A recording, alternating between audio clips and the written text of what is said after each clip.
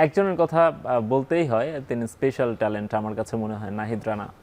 যেভাবে 3টা ফরম্যাটে পারফর্ম করছেন, শুধু টেস্টে না, শুধু ওয়ানডে না, শুধু টি-20 না, আমরা দেখছি যে 3টা ফরম্যাটেই একই সঙ্গে পারফর্ম করা খুব কম প্লেয়ারই সম্ভবত এই মুহূর্তে পৃথিবীতেই আছে। নাহিদ রানাকে নিয়ে একটু আপনার কাছ থেকে শুনতে চাই, ওনার স্পেশালিটিটা আসলে কি? আচ্ছা, Nahid Rana as a good বলার আমি বলবো, সে ওয়ান অফ দ্য বেস্ট আমি বলবো এখন আমাদের বাংলাদেশের এখন বেস্ট পেস বোলারের মধ্যে একজন। তার আগে তো আমি তাসকিনের কথা বলবোই, তাসকিন তো আমাদের এক্সপিরিয়েন্স একজন বোলার।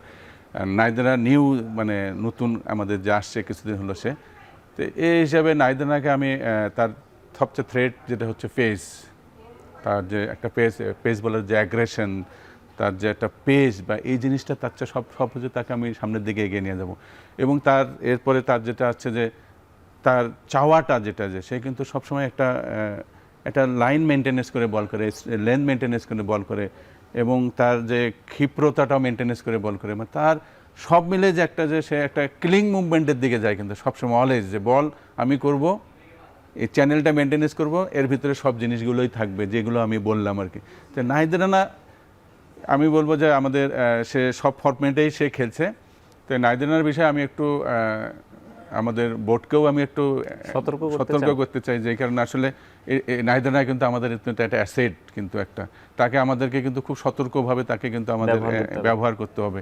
আসলে কোন সিরিজটা তো তাকে খেলানো দরকার, মাঝে মধ্যে আমাদের কিন্তু কোনো সিরিজে তাকে একটু রেস্টও দিতে হবে, তার কিন্তু এই জিনিসগুলো যদি মেনটেনেন্স করতে হবে, ওয়ার্কলোড ম্যানেজমেন্ট যেটা, হ্যাঁ ওয়ার্কলোড ম্যানেজমেন্ট অবশ্য তারা এগুলো তাদের মাথায় আছে আর কি।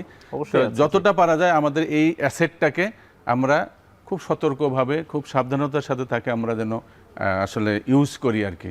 তো ডেফিনেটলি নাহিদ রানা যে কোনো ফরম্যাটের জন্য কিন্তু একটা থ্রেট, কিন্তু তো থ্রেটটা আসলে যাতে বেশি আমরা ওভার ইউজ না হয় সেদিকে আমাদের একটু সতর্ক থাকতে হবে। রুশো ভাই, আপনি মনে হয় বোলিং কোচ ছিলেন আমি যতটুকু জানি। নাহিদ রানা যে বলটা দিয়ে মোহাম্মদ রিজওয়ানকে বোল্ড করলেন, রিজওয়ান ওয়ার্ল্ড ক্রিকেটের অনেক বড় একটা নাম, একটা সময় দারুণ ছন্দে ছিলেন, এখন হয়তোবা খুব একটা ফর্মে নেই, তারপরও রিজওয়ান তো একজন এক্সপেরিয়েন্সড প্লেয়ার। তাকে যেভাবে একটা ইনসুইংয়ে একেবারে বিভ্রান্ত করলেন, এটা মনে হয় যে কোনো পেস বোলারের কাছে একটা স্বপ্নের মতো ডেলিভারি নাকি? না, স্বপ্নের মতো ডেলিভারি অবশ্যই। নাহিদ রানারও একটা অবশ্যই ওই সময়টা একটা প্ল্যান ছিল যে আসলে উইকেটটাতে কিন্তু ওই রকম কিন্তু একটা সুইং ছিল না, কিন্তু নাহিদ রানা অবশ্য বলটা পড়ার পরে কিন্তু off the pitch after pitch কিন্তু কাট করে বলটা কিন্তু ঢুকে গেছে আর কিন্তু রেজাউনও বুঝতে পারে না যে আসলে ও এইটা করবে আর কি। অবশ্যই এটা ওই সময় তার একটা বোলিং প্ল্যান ছিল যে আমি এই জায়গাটা তাকে ধরবো, সে শর্ট অফ একটু লেন্থে বল করে সেই বলটাকে কিন্তু সে ঢুকিয়েছে, কিন্তু ও মনে করছে যে বলটা হয়তো বের হয়ে যাবে, ছেড়ে দিয়েছে, কিন্তু আউট হয়ে গেছে। তো এইগুলো আসলে ভালো প্লেয়ারের কিন্তু গুণাবলী, কিন্তু বললাম না নাহিদ রানা এক্সট্রা অর্ডিনারি, আমাদের একটা দেশের একজন একটা ফিউচার, একটা বড় একটা ফিউচার, দেশের একটা আমাদের অ্যাসেট।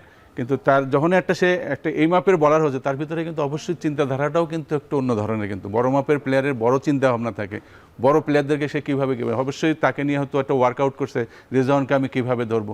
ক্যাপ্টেনও হয়তো তার স্কিল খুব ভালো, তার এই জায়গাটাও খুব ভালো, মেন্টাল স্কিলটাও তার ভালো। স্কিল এবং মেন্টাল স্কিল যার ভালো হবে তার কিন্তু রেজাল্ট কিন্তু খুব ভালো রেজাল্ট পাইতে কিন্তু খুব শর্ট টাইমের মধ্যে সে পেয়ে যায়, কিন্তু সেটা নাহিদ রানা সেটা দেখিয়ে দিয়েছে। কিন্তু যে কোনো সময় সে চেঞ্জ আসতে পারে, কিন্তু সে কিন্তু ঘাবড়ায় যায় না। আমি দেখছি যে প্রথম ইনিংসে যেভাবে হয়তো বল করছে, বল করে গেছে, রান একটু দিয়েছে, কিন্তু কিন্তু অনেক বোলার আছে কিন্তু এই জায়গায় ধরলে পরে কিন্তু ঘাবড়ায় যায়, কিন্তু কিন্তু ঘাবড়ানোর মতো ছেলে না আমি যা দেখলাম। সেকেন্ড ইনিংসে এসে কিন্তু তার একটু আবার ফার্স্টের দিকে এসে কিন্তু সে একটু ওই রিদমটা মেনটেনেন্স করছে, কিন্তু থার্ড যেটা উইনিং মুভমেন্টে যে জায়গাটা যে রোলটা খুব দরকার, একটা টিম ম্যানেজমেন্ট বলেন, একটা দর্শক বলেন, মাঠে দর্শক আছে, দর্শকদের সবাই যেতে চাচ্ছিল আছে উইনিং একটা কে আসলে এইটা ও কিন্তু আমি মনে করি এই ধরনের প্লেয়ার খুব কমে আছে, যে ওই দর্শকের একটা চাহিদা আছে, টিম ম্যানেজমেন্টের একটা চাহিদা আছে, আমার টিম কলিগদের একটা চাহিদা আছে, এই যে সর্ব চাহিদাটা সে কিন্তু বুঝতে পারছে যে এই একটা সময় আছে আমাকে আরও মেলে ধরার জন্য, আমি কি জিনিস, আমি আসলে কত দূর কী করতে পারি। তখন কিন্তু নাহিদ রানা তার এই যে মেন্টাল স্ট্রেংথ যেটা আছে এইটাকে কিন্তু সঠিকভাবে কাজে লাগাতে পারছে, এবং যেভাবে ক্যাপ্টেনরা তাকে যে পরামর্শটা দিয়েছে এবং সেইভাবে সে বলটা করতে পারে, যাদের স্কিল ভালো থাকে, যাদের এইটা ভালো থাকে, সে কিন্তু খুব মানে রেজাল্টটা খুব কুইক দিতে পারে কিন্তু, এবং যে কোনো সময় মোমেন্টাম চেঞ্জ করে দিতে পারে, যেটা নাহিদ রানার ভিতরে আছে। রাইট টাইমে রাইট বলটা ডেলিভার করতে পারে।